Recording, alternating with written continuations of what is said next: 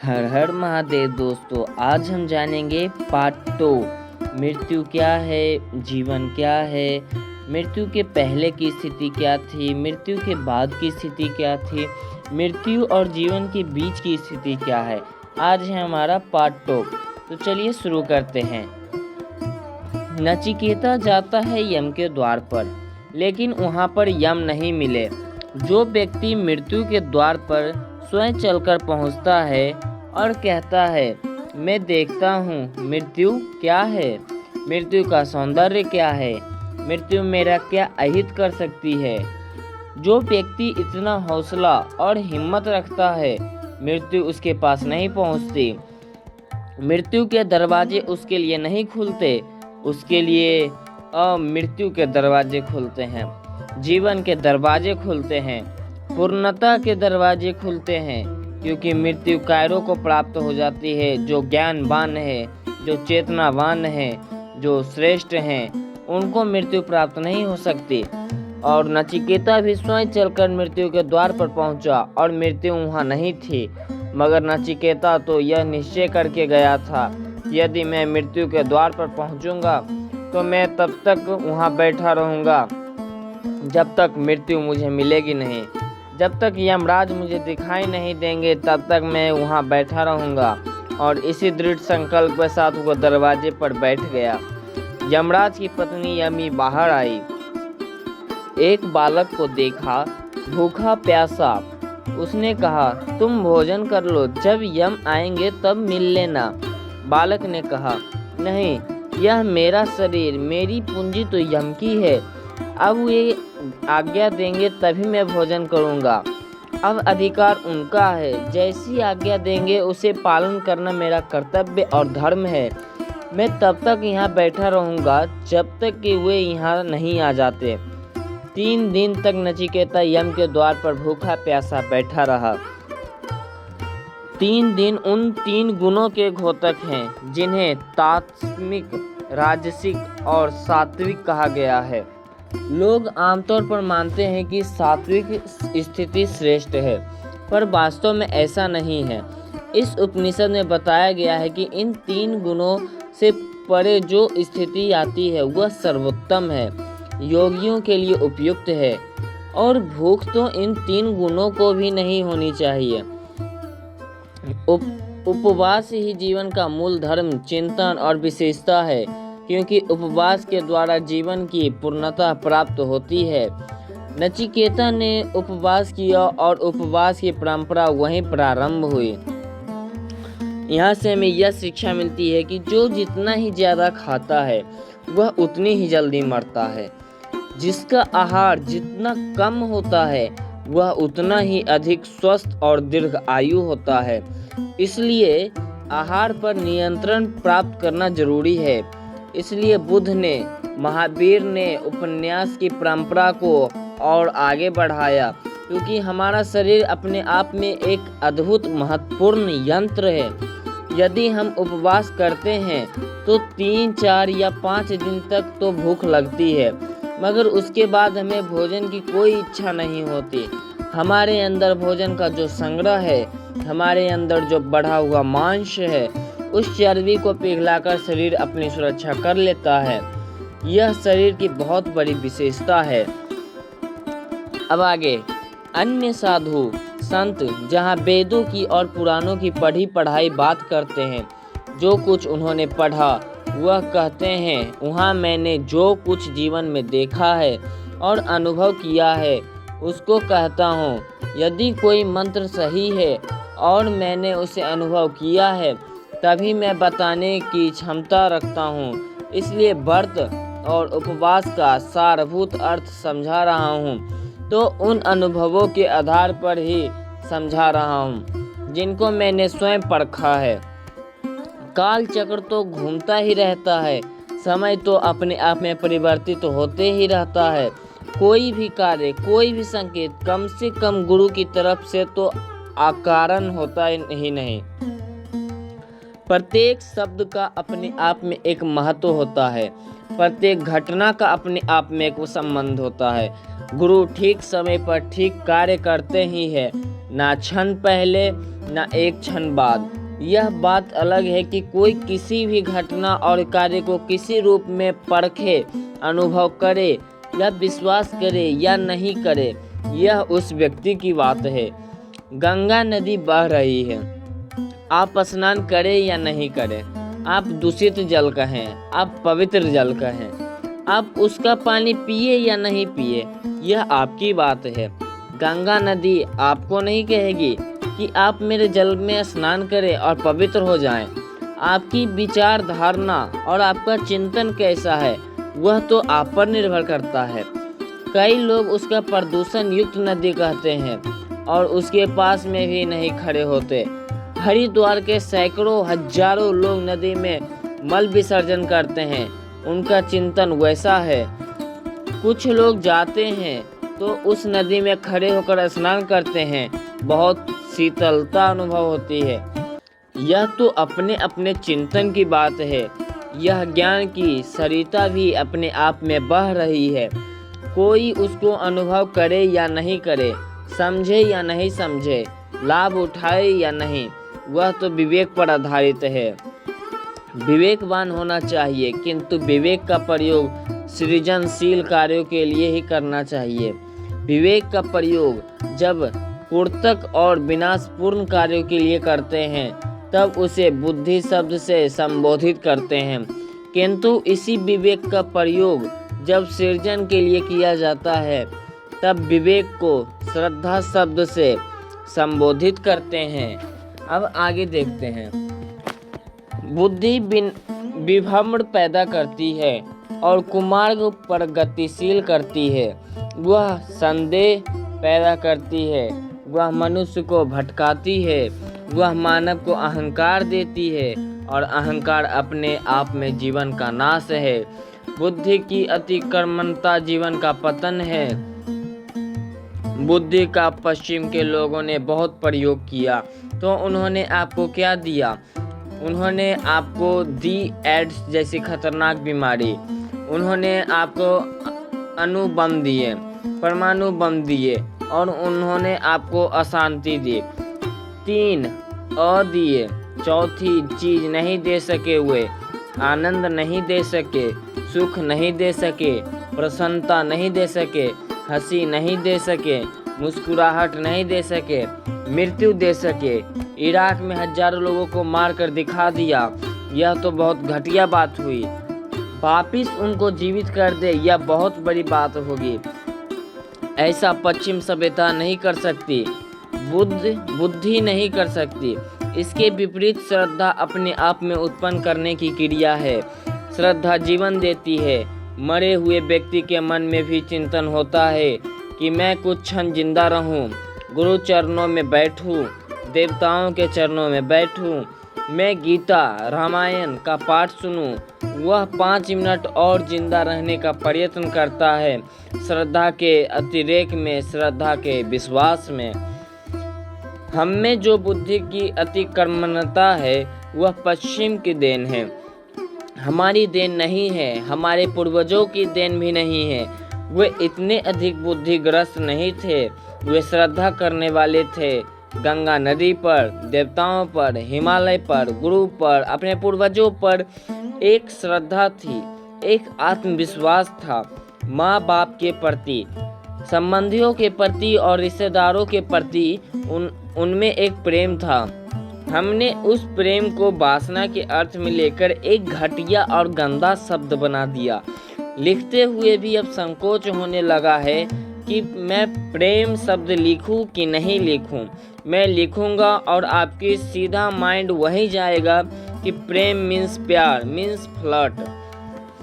यह आपका चिंतन है, मेरे मन में तो ऐसी कोई बात ही नहीं आती।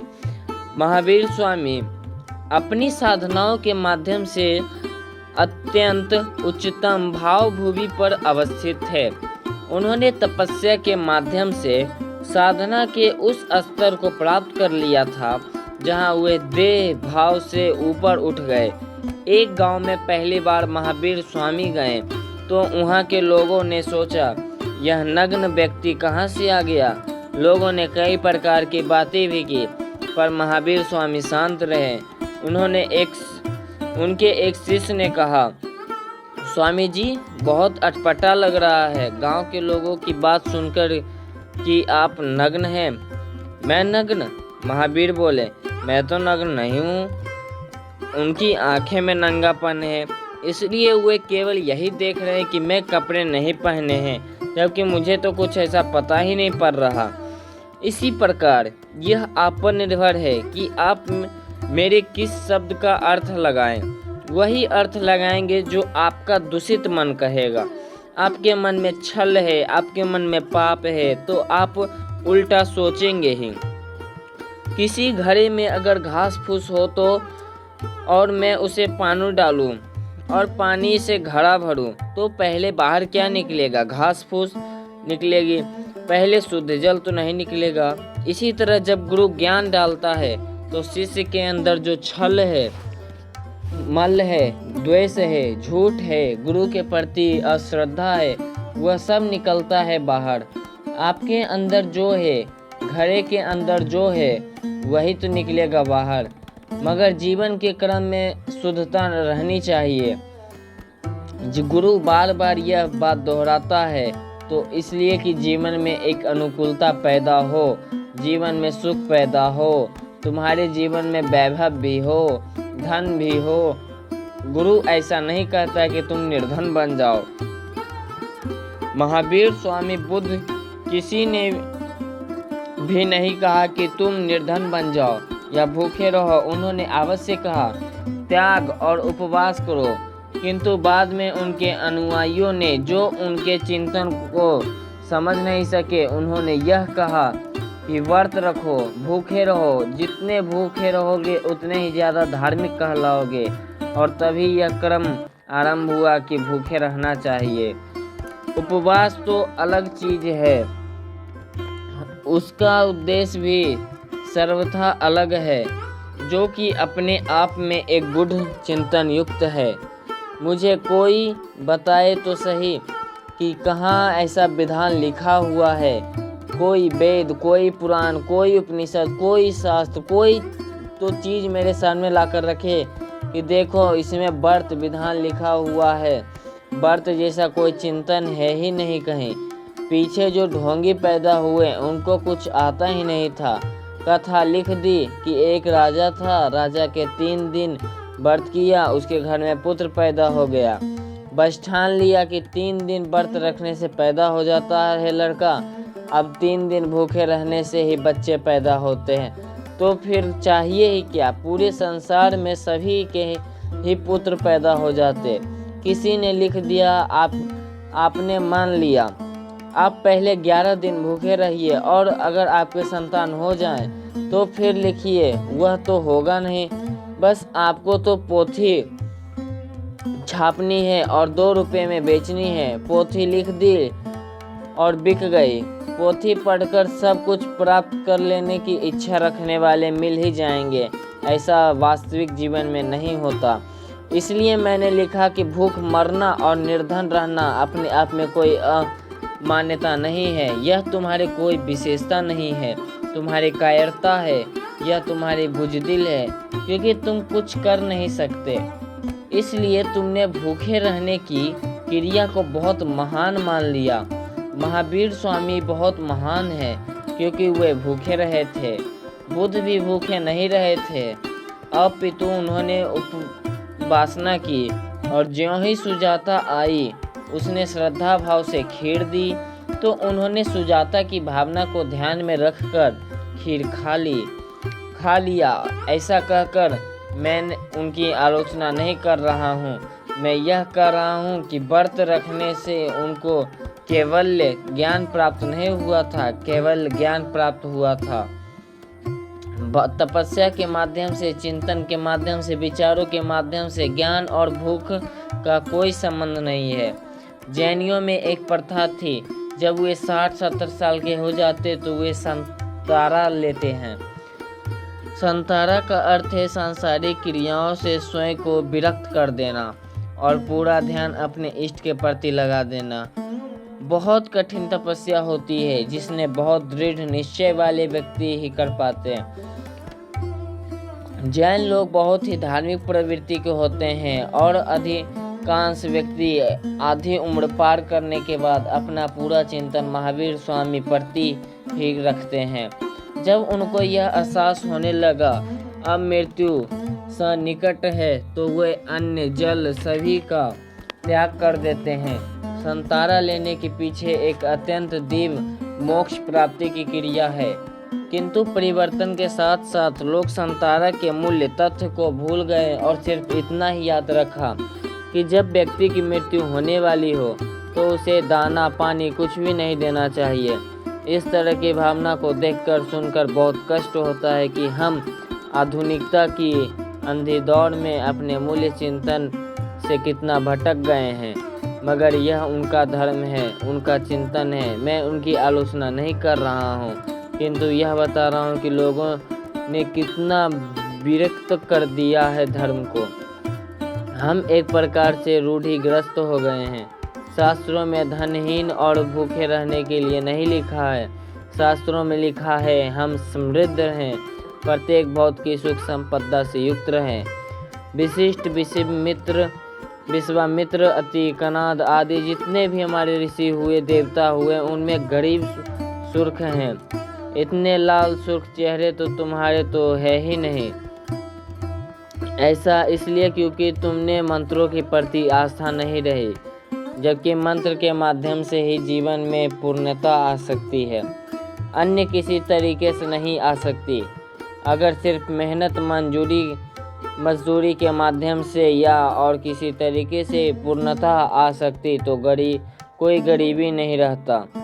सैकड़ों हजारों लोग हैं जो दिन भर मजदूरी करते हैं, पत्थर उठाते, दिन भर मेहनत करते हैं और शाम को 20 रुपये लेकर घर जाते हैं, 25 रुपये लेकर घर जाते हैं। जो भाग्यवान होते हैं या जिन्होंने पूर्व जन्म में तपस्या की होती है या इस जन्म में तपस्या की है वे ही पूर्ण बन सकते हैं। पूर्व जन्म के किए कराए हिसाब तो हमें मिलते ही है, उस पूर्व जन्म के कर्मों का फल तो हमें इस जन्म में भोगना पड़ता ही है, अच्छा हो या बुरा। इसलिए हिरण्यकश्यपु के घर में प्रहलाद पैदा हो जाते हैं। हिरण्यकश्यपु जैसे राक्षस सताने वाले के घर प्रहलाद जैसा भला एकदम सात्विक व्यक्ति पैदा हो तो जरूर उसने पूर्व जन्म में कुछ किया होगा। इस जन्म में तो कुछ किया ही नहीं था।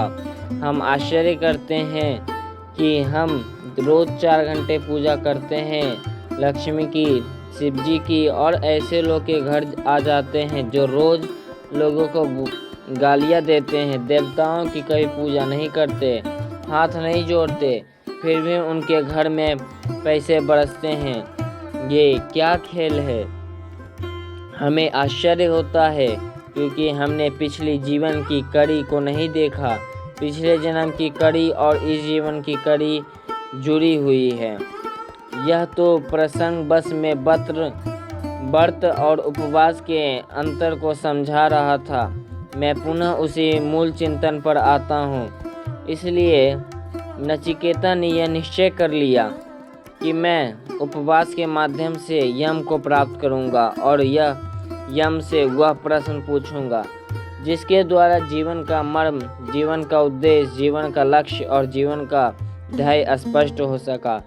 नचिकेता 3 दिन तक भूखा रहा, प्यासा, यम के द्वार पर बैठा रहा, मृत्यु के द्वार पर बैठा रहा। चौथे दिन यम आए तो उनकी पत्नी ने कहा, एक ब्राह्मण पुत्र 3 दिनों से भूखा प्यासा दरवाजे पर बैठा है और हमारा कर्तव्य है कि पहले अतिथि को भोजन कराएं, उसके बाद हम भोजन करें। अतिथि जो बिना तिथि बताए घर आए, जो पहले से सूचना देकर आए, वह अतिथि नहीं, जो पहले से बताकर आए और हम उनके घर आने की खुशी में सभी तैयारी कर रखें। यह जीवन की श्रेष्ठता नहीं है। श्रेष्ठता तो यह है कि हम हर समय तैयार रहें।